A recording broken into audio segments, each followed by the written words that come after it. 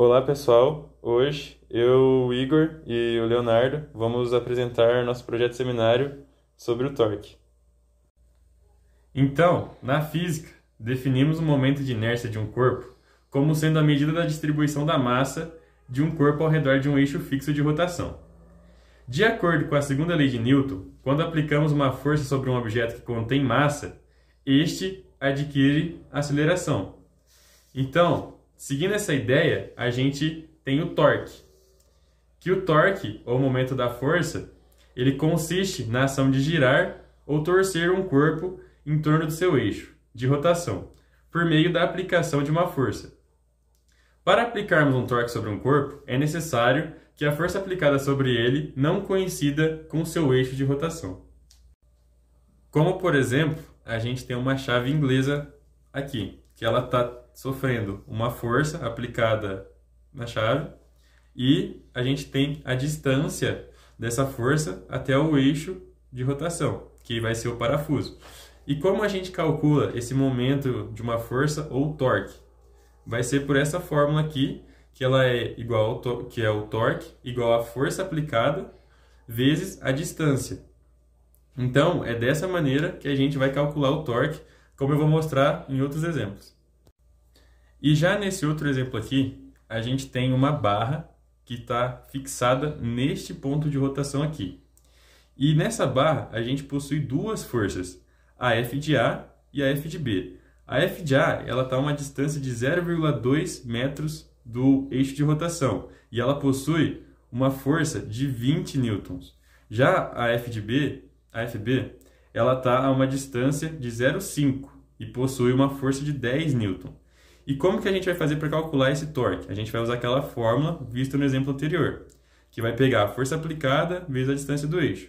Então aqui no torque A, a gente tem que é 20 a força vezes 0,2 que é a distância, que vai dar igual a 4 Nm. Por que 4 Nm? Porque quando a gente tem força, ela está em newton, e quando a gente tem a distância, ela está em metro. Então, logo, o resultado vai dar newton por metro. E aqui no torque de B, a gente tem que a força é menos 10. E por que essa força fica negativa? Porque a gente tem uma técnica da mão direita, que quando a gente posiciona ela paralela a essa barra e fecha a mão no sentido da força, a gente tem que quando o polegar fica para baixo, a força é negativa. E quando a gente posiciona essa mão e fecha ela e o polegar fica para cima, é sinal que a força é positiva. Então, por isso que aqui no torque B, a gente tem que é menos 10, porque segundo a técnica da mão direita, ela apresenta o polegar para baixo. E logo o resultado aqui dá menos 5 Nm. E por que que aqui deu esse valor? A gente pode observar então que quanto maior a distância do eixo de rotação, menor a força necessária para fazer com que o eixo mexa. Então a gente pode concluir que quanto maior a distância, menor a força. E agora aqui a gente tem um exercício do nosso cotidiano, que fala que segundo o manual de uma moto Honda, o valor aconselhado do torque para apertar a porca do eixo dianteiro sem danificá-la é de 60 Nm. Então a gente tem aqui a chave, a porca, e ele pergunta, usando uma chave de boca semelhante da figura, a força que produzirá esse torque é... Então, agora a gente não quer mais saber o torque, porque ele já deu. A gente quer saber que força a gente tem que utilizar aqui para que para que a porca não rompa. Então, a gente vai pegar aqui, ó, os 60 Nm, que é o torque, e a distância. No caso aqui, a distância está em centímetros. E como a fórmula ela precisa que esteja em metros, a gente transforma aqui os 20 centímetros para 0,2 metros. E aí, tendo esses dados, a gente pega e joga na fórmula agora. 60 igual a força, que a gente quer saber, vezes a distância, que é o 0,2. Então vai ficar, a gente passa o 0,2 dividindo, fica 60 dividido por 0,2. Então logo a força aqui vai ser igual a 300 newtons para a força máxima que pode ser exercida em cima dessa chave. Oi pessoal, eu sou o Leonardo e agora a gente vai estar resolvendo alguns exercícios um pouco mais complexos sobre o torque.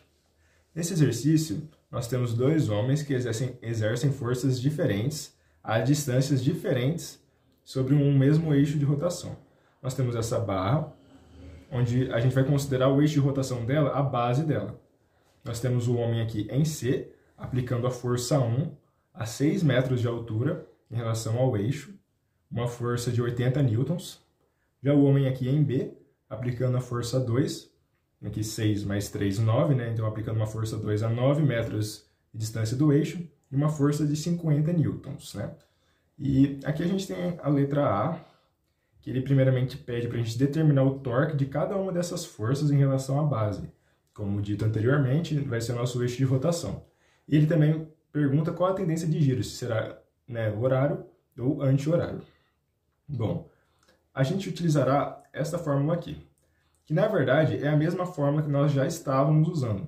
Porém, nos outros exemplos, a gente não colocou o seno do ângulo por conta de que quando a gente estava naqueles exemplos, o ângulo entre o vetor da força e o eixo em que ocorria a rotação era um ângulo de 90 graus. Logo, o seno de 90 graus é igual a 1. Ou seja, se a gente multiplicar o seno de 90 graus, que é 1, pela distância e a força, vai ser a mesma coisa que só a distância multiplicada pela força. Mas nesse caso, como a gente pode ver, o ângulo não será de 90 graus. Há desvios diferentes, então será necessário a gente calcular e transladar os vetores para a gente decidir qual será o ângulo entre o vetor da força e o eixo de rotação. Bom, então vamos lá. Primeiramente, a gente precisa encontrar o ângulo entre esses vetores de força e o nosso eixo de rotação. Para isso, a gente pode transladar este vetor F2 para cá, para somente facilitar nossa visualização. Aqui nós temos um ângulo de 90 graus, um ângulo reto. Aqui nós temos 45. 90 mais 45 serão 135. Então resta 45 graus para este ângulo. Então serão dois ângulos de 45 e um de 90. O que significa que aqui também é 45 graus. Ou seja, o ângulo entre esse vetor e o eixo será 90 mais 45, vai dar um total de 135 graus. Já nesse vetor aqui, nós podemos transladá-lo também para cá.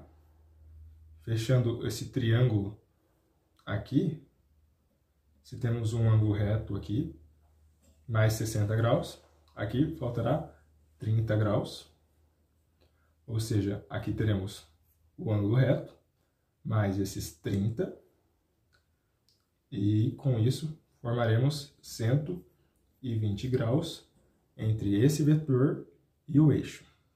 Agora a gente já pode calcular substituindo na fórmula. Aqui temos o torque 1, que é referente à força 1, que está a 6 metros de distância, vezes 80 newtons, que é a força 1, vezes o seno de 120 graus, que é o ângulo entre este vetor, essa força e o eixo. Então, a gente multiplicando 6 por 80, teremos 480 vezes raiz de 3 sobre 2, que é equivalente ao seno de 120. Então, teremos 240 vezes raiz de 3, o que resultará em 415,69 newtons por metro. É o resultado do torque referente à força 1. Aqui, nós temos o torque da força 2, serão 6 mais 3, 9 metros de distância do eixo, vezes o menos 50, que é essa força 2, que é referente à técnica da mão direita, por isso que é o menos. Porém, como está em módulo, não afetará o sinal, vezes o seno de 135, é o grau entre este vetor e o eixo. Resultará em 450 vezes raiz de 2 sobre 2, que é equivalente ao seno de 135 graus, que resultará em 225 vezes raiz de 2, terminaremos com 138,19 newtons por metro. Ou seja, a força do homem em C, da força 1, teve um torque maior do que a força do homem que está em B, da força 2. Ou seja, podemos afirmar que fará um sentido horário, a tendência de rotação do poste. E com isso nós terminamos a letra A. Bom, pessoal, agora a gente tem aqui a letra B, que ele fala, se o homem em B exerce uma força F2 igual a 30 newtons em sua corda, determine o módulo que a força 1 deve possuir para que as duas forças se anulem, ou seja, para que o torque seja zero. Ele questiona qual a quantidade de força em newtons que a força 1 precisa ter para igualar a F2, a força 2, tendo 30 newtons. Por quê? Porque a gente vai ter essa diferença pela diferença da distância que a força 1 tem em relação ao eixo pela força 2. A gente sabe que a força 2 ela tem 9 metros e a força 1 ela tem só 6 metros de distância para o eixo. Então, aqui, primeiramente, a gente vai calcular o quê? A gente vai calcular o torque da força 2 recebendo esses 30 newtons, ou seja, os 9 metros que ela já possuía, vezes os 30 newtons referente à força, e mantendo o seno de 135 do exemplo anterior, que resultará em 270 vezes a raiz de 2 sobre 2, novamente equivalente ao seno de 135, 135 vezes a raiz de 2, que teremos um torque de 190,91 newtons por metro. Agora, a gente irá calcular a força que a gente precisará, a força 1 para que ela se anule. Então, a gente sabe que para se anular, a força 1 multiplicada pela distância e pelo seno do vetor, ou seja, o torque em 1 precisará ser igual a esse do torque em 2. Então, a gente iguala, e aí temos a distância e o seno de 120, que é o ângulo entre o vetor e o eixo. Então, a gente faz o seguinte, a gente repete o 190 e executa aqui o seno de 120 em raiz de 3 sobre 2. Fazendo isso aqui, nós teremos que o 190,91 é igual a o F1 vezes aqui a gente multiplicou o 6 pelo raiz de 3 sobre 2, que dá esse número bem grande. Então, a gente passa dividindo e dará o F1 aproximadamente 36,74 newtons por... Aqui no caso não é newtons por metro, porque não é o torque, é apenas a força.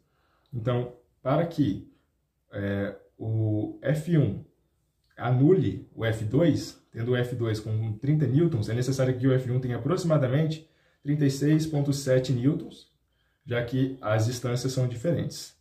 E com isso nós terminamos nosso projeto seminário. Agradecemos a todos a atenção e tenham um ótimo dia.